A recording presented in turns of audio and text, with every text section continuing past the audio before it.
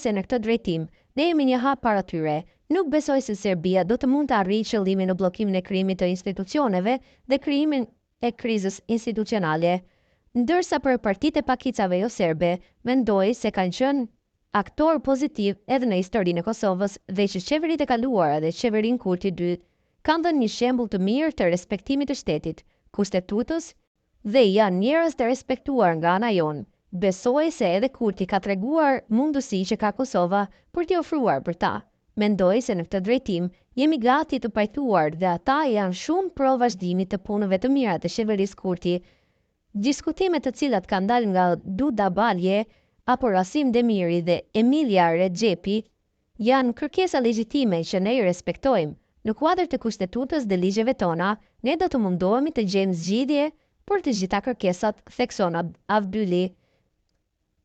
Përkitazi me këtë, analisti politik Arton Muaxhiri thot se akuzat ndaj deputetes së zgjedhur nga komuniteti bosnjak, Duda Balje, janë vetëm një populizëm dhe në momentin e parafrimit të saj me lëvizjen vetëvendosje, ankesat dhe vajsimet ndaj saj do të zhduken. Sa i përket ankesave ndaj zonjës Balje, unë mendoj se këto janë vetëm një populizëm dhe se s'kan asnjë fakt konkret, është vetëm një arsyetim për mos arritjen e marrëveshjes me të dhe tentim të njollosjes së stigmatizimit politik të saj. Por në momentin që zonja Balje do të parafrohet me kryeministrin Kurti, atëherë të gjitha këto ankesa dhe fajsime do të zhduken. Kjo ka ndodhur në të kaluarën, thekson Muaxhiri. Pas takimit me liderin e lëvizjes vetëvendosje, njëherësh kryeministrin në detyrë Albin Kurti, deputetja zgjedhur nga komuniteti bosnjak, Duda Balje, ka paraqitur disa kushte për votimin e qeverisë së re.